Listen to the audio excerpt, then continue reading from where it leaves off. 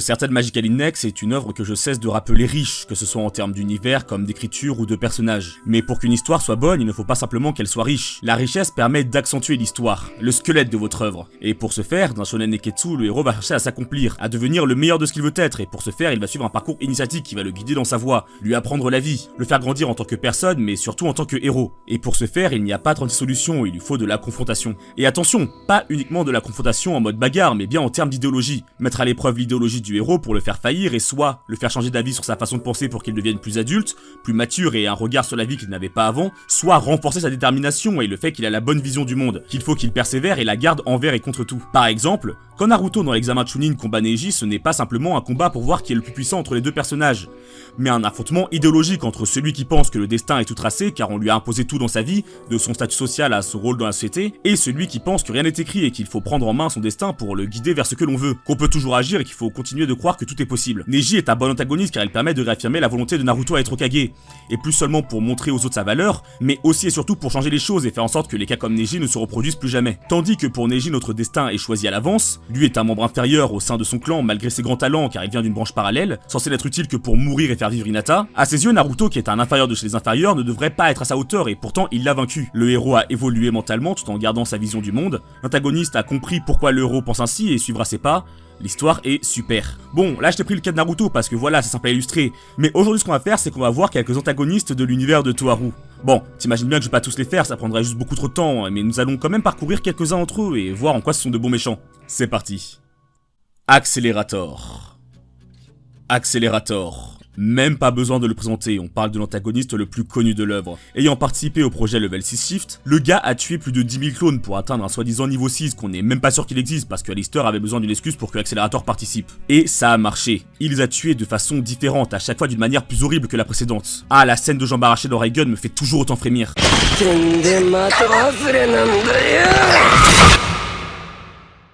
Donc oui, durant tout l'arc, Accelerator est clairement vu comme un méchant qui est méchant juste pour être méchant. Rire de hyène, cheveux blancs, yeux rouges, pouvoir cheater, un bon gros bâtard comme on les appelle. Mais en réalité, toute personne qui connaît un minimum Love sait que non. Ce n'est pas aussi simple que ça. Alors, qu'incarne Accelerator? Accelerator incarne à mon avis 2 points. Tout d'abord, celui du personnage mythique. La cité académique est le lieu de la technologie, le Vatican de la science. Et à ce registre, une de ses plus grandes merveilles est la création de pouvoirs psychiques chez les jeunes élèves, les ESPR. Et parmi cette catégorie de gens, il existe 7 personnes qui sont vues comme des légendes. Les niveaux 5. Et même parmi cette catégorie, il n'y en a qu'un au sommet. Un seul qui est considéré comme supérieur à tous.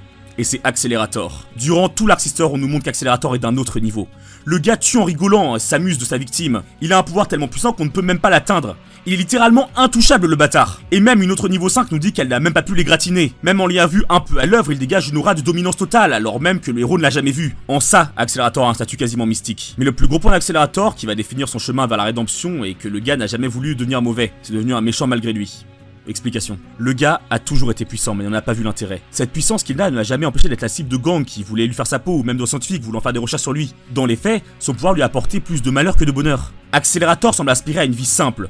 Il vit dans un appartement classique qui doit faire la taille d'un appartement à Paris et sort simplement pour aller s'acheter des canettes. Il semble vouloir se satisfaire d'un bonheur simpliste mais que sa condition ne t'autorise pas à poursuivre. Pourquoi? Parce qu'il est le plus fort et que ça lui a mis sur le dos tellement de responsabilités que le gars en est devenu complètement blasé. Une énorme distance est née entre lui et les autres et ce depuis tout petit. Ce qui me conforte dans l'idée qu'il rêve d'un bonheur tout simple est que, depuis toujours, on lui a retiré son enfance. Enfant, il avait déjà la capacité de renvoyer une bombe nucléaire fonçant droit sur lui. Et ce n'est pas simplement qu'il était seul et abandonné, mais surtout qu'il était vu comme un réel danger. Tout le monde voulait le contenir, lui et son pouvoir. Et il le savait. Il le dit lui-même qu'un jour ce pouvoir lui mettra le monde entier à dos. Ainsi, on lui a fait miroiter un pouvoir absolu, qui ferait que personne n'essaierait d'attenter quoi que ce soit contre lui. Il pourrait enfin être tranquille. Accelerator est un excellent méchant malgré lui. Il n'a pas eu la chance d'être bon ou même de savoir comment l'être et a suivi la voie du mal qui lui était dressée, en dépit d'une autre inaccessible. Et maintenant qu'il est reparti de zéro, et qu'il a la chance de pouvoir suivre cette voie, la voie du bien qui lui était quasiment inconnue, il va se perdre dedans. Ne saura pas montrer ses sentiments, se confondra avec un sadisme exacerbé qui est maintenant en lui, mais il va être guidé dans sa rédemption par le fait que maintenant, il a un truc à protéger, une personne à protéger. Et sur ce chemin vers la guérison de son âme, il va arpenter moult problèmes jusqu'à finalement, et avec un sourire, arrêter de jouer le rôle qu'on lui a imposé pour s'accepter, embrassant qui il est réellement, c'est-à-dire lui-même. Mais ce n'est pas pour autant que tout est accompli, car pour atteindre ça, il aura fallu le malheur de beaucoup de gens. La mort de 10 000 personnes, et il s'en voudra. Mais on n'est pas là pour faire une analyse d'Accelerator, ça sera pour sa vidéo personnelle. Aqua de l'arrière. Aqua de l'arrière. membre du siège à la droite de Dieu, mais aussi représentant de la Vierge Marie ainsi que l'un des 20 saints existants au monde. Déjà, rien que ça te pose le gars. Pareil, je veux pas trop en dire, mais à quoi est la parfaite représentation du méchant avec un code de l'honneur? Le gars est un mercenaire qui vit sa vie à sa façon. C'est un gros dadouné au cœur pur, mais qui tuera si cela s'avère nécessaire. Il suit un code de l'honneur en tant que guerrier et est considéré par beaucoup comme un grand protecteur ayant sauvé pas mal de vies durant sa carrière. Au début, durant ses apparitions, il est juste un gros tas de muscles impossible à surpasser, même pour une sainte comme Kanzaki. Mais plus on en a appris sur son passé, plus on s'est rendu compte que finalement... bah, c'est pas un mauvais gars. Il ira jusqu'au bout pour suivre son code de l'honneur en sacrifiant pour empêcher Fiaman d'accomplir son objectif. Et il a sauvé Amazura! Gensei Kihara. Méchant introduit dans Reigen, il est le scientifique fou par excellence. La plupart des antagonistes sont mauvais pour une raison qui leur est propre, parfois même pour une bonne raison. Mais lui là, c'est juste un bâtard. Cliché du scientifique fou capable de tout pour accomplir ses objectifs, il en a fait rager des gens tant il est derrière plusieurs problèmes depuis la première saison de Reigen. Il est là pour représenter le côté mauvais des dirigeants de la cité académique. On sait déjà grâce à Kiyama, qui sera pas dans cette vidéo car si je devais parler d'elle, sa vidéo personnelle aurait perdu d'intérêt, mais on sait grâce à elle qu'il y a du sale derrière la beauté de la cité académique. Et Gensei en est la personnification de par son côté vieillard sournois capable de tuer une population entière, ça lui permettait de prouver qu'une mouche qui pète peut faire souffler du vent. Et il en a rien à foutre des notions de bien ou de mal. Le gars est prêt à faire sauter toute la cité académique pour créer quelque chose qui est juste hypothétiquement possible. Alors qu'il pourra même pas l'observer car il sera mort le con. C'est clairement une grosse raclure. Il fait du sale pour les bienfaits de la découverte scientifique et c'est tout ce qui lui importe. Le reste, il s'en fout complètement. Aleister Crowley. Je ne veux pas spoil pour Aleister.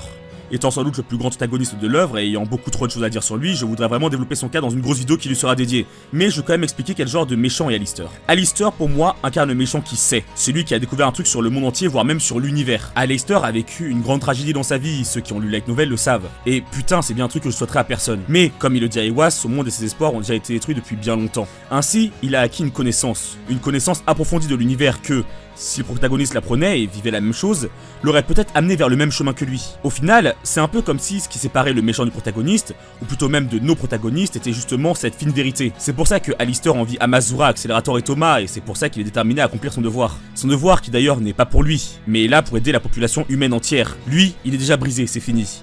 Il veut juste faire en sorte que plus personne d'autre ne le soit comme il a été. Mais bon, je ne peux pas continuer plus loin sans spoiler, donc on va passer à l'antagoniste suivant, et le dernier. On va parler en dernier d'un type de méchant qu'on voit rarement, car oui, les méchants qui ont un pouvoir surcheaté ou qui peuvent manipuler les lois métaphysiques, ça existe. Et souvent le héros a un pouvoir qui lui aussi dépasse l'entendement. C'est très rare qu'il y ait un énorme déséquilibre du début jusqu'à la fin de l'arc entre le héros et le méchant. Et c'est en ça que le principe même d'avoir en ennemi un réel dieu est difficilement imaginable. Pourtant, il existe dans Toharu. Otinous. Là, je vais spoil, mais c'est pas si loin dans la Light Novel, et puis on va gratter que la surface. Même si je te jure que si tu sais pas, tu n'as absolument pas envie d'être spoil, et je t'invite donc à aller à ce timecode. Bien. Otinous. Odin. Le dieu de la mythologie scandinave. Otinous a fait une dinguerie tellement grande qu'encore aujourd'hui, il y a des gens qui sont toujours choqués d'à quel point NT9 est sombre. Elle a poussé le héros au suicide et a réussi à le convaincre. Otinous est un méchant unique en 2 points. Premièrement, c'est un dieu, un vrai. Elle peut absolument tout faire. Pour citer le Light Novel, si elle veut envoyer des galaxies dans la gueule de Thomas ou remonter le temps pour le pulvériser encore et encore, elle peut. Et de même, si elle veut détruire l'univers, elle en a les capacités. Et cette fois-ci, c'est pas Imagine Breaker qui va aider Thomas. Elle n'en aura rien à foutre en le réduisant à néant sans aucun effort. Elle a mis Thomas dans une position de faiblesse qu'il n'avait encore jamais connue. Un humain ne peut pas vaincre un dieu, c'est tout. Mais le pire et le deuxième point, c'est que certes, elle pourrait juste effacer Thomas de l'existence par sa propre volonté, mais elle ne le fait pas. Ce serait facile de le détruire physiquement. Non. Elle va le détruire mentalement. Elle va lui faire vivre des dizaines de milliers de réalités différentes pour le pousser à bout. Elle va lui faire vivre littéralement l'enfer en jouant avec lui de bout en bout. Et elle y arrivera. Elle le poussera au suicide. Il le fera. Il a cédé. Et c'est en ça qu'elle est unique. Elle peut absolument tout faire, mais elle n'utilise pas la force. Elle le détruira mentalement et réussira. D'ailleurs, c'est grâce à elle que, comme on nous le dit, ça devient réellement l'histoire de Kamijo Thomas. Mais on en reparlera une autre fois. Bon, allez, on arrête de déprimer un peu et on met de la musique un peu plus joyeuse. J'espère que cette vidéo vous aura plu. On n'a clairement pas parlé de tous les méchants de l'œuvre, hein. Il y en a encore tellement, comme Aurelius Wizard qui est le peut-être ce qu'aurait pu devenir Thomas s'il avait échoué, ou Doppelganger qui est l'exemple de l'anthropomorphisme dont font preuve les humains et des sentiments et des espoirs au détriment de la raison et de la logique. Alors si toi aussi tu as des méchants que tu aimerais voir abordés dans une partie 2 de cette vidéo, n'hésite pas à le dire en commentaire. Mets un like à cette vidéo pour montrer que tu l'as aimé et partage-la pour répandre l'amour de Toharu. Moi comme toujours je te souhaite une bonne soirée et je vous dis à bientôt pour la prochaine vidéo de la Cité Académique. Ciao!